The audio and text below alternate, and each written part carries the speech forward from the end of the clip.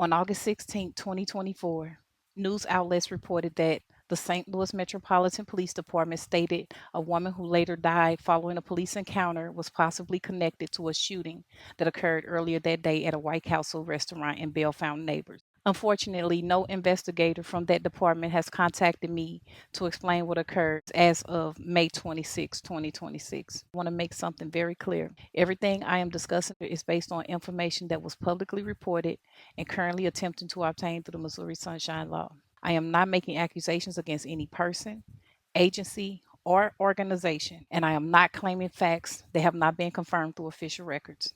I have requested specific information via Missouri Sunshine Law. At this time, I have not received those records from the Bellefontaine Neighbors Police Department confirming Janita's exact role in that incident. Because of that, I cannot independently verify many of the details surrounding that incident.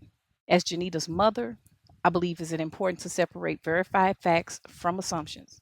I requested incident reports, supplemental reports, dispatch reports, body camera footage, surveillance footage, forensic testing records, communications between agencies, evidence log, and documentation reflecting the status of the investigation. I also requested records showing whether Janita was ever interviewed, whether charges were submitted for review, whether firearms were tested, and whether investigators reached any conclusion before her death.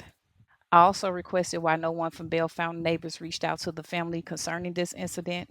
As I reviewed the timeline of events, another question came to mind. Less than a month earlier, to be exact, 25 days earlier, on July 22nd, 2024, Janita reported that she had been stalked at her home and shot at by dangerous individuals. According to information previously discussed, she reported concerns for her safety and repeatedly sought assistance regarding incidents she believed were connected to threats against her.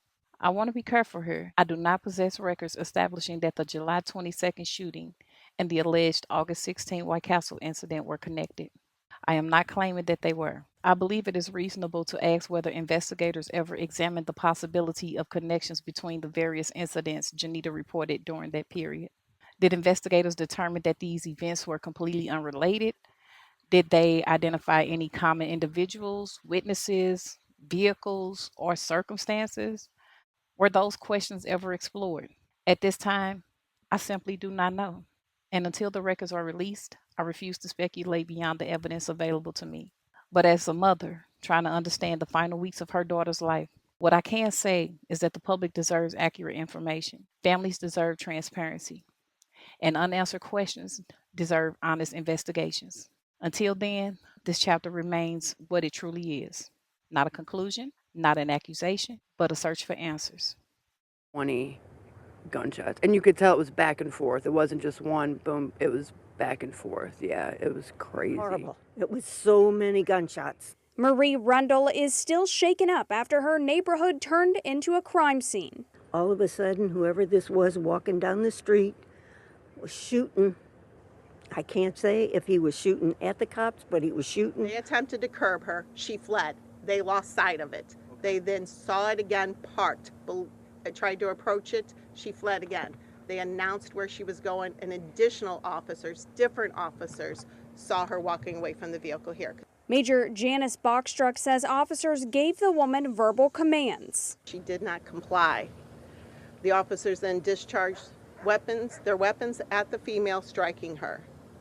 The female wanted subject then placed her firearm to her chin and discharged that weapon. Bachstruck says officers immediately tried to save the woman's life, but she died at the scene on West Iowa and Gasconade.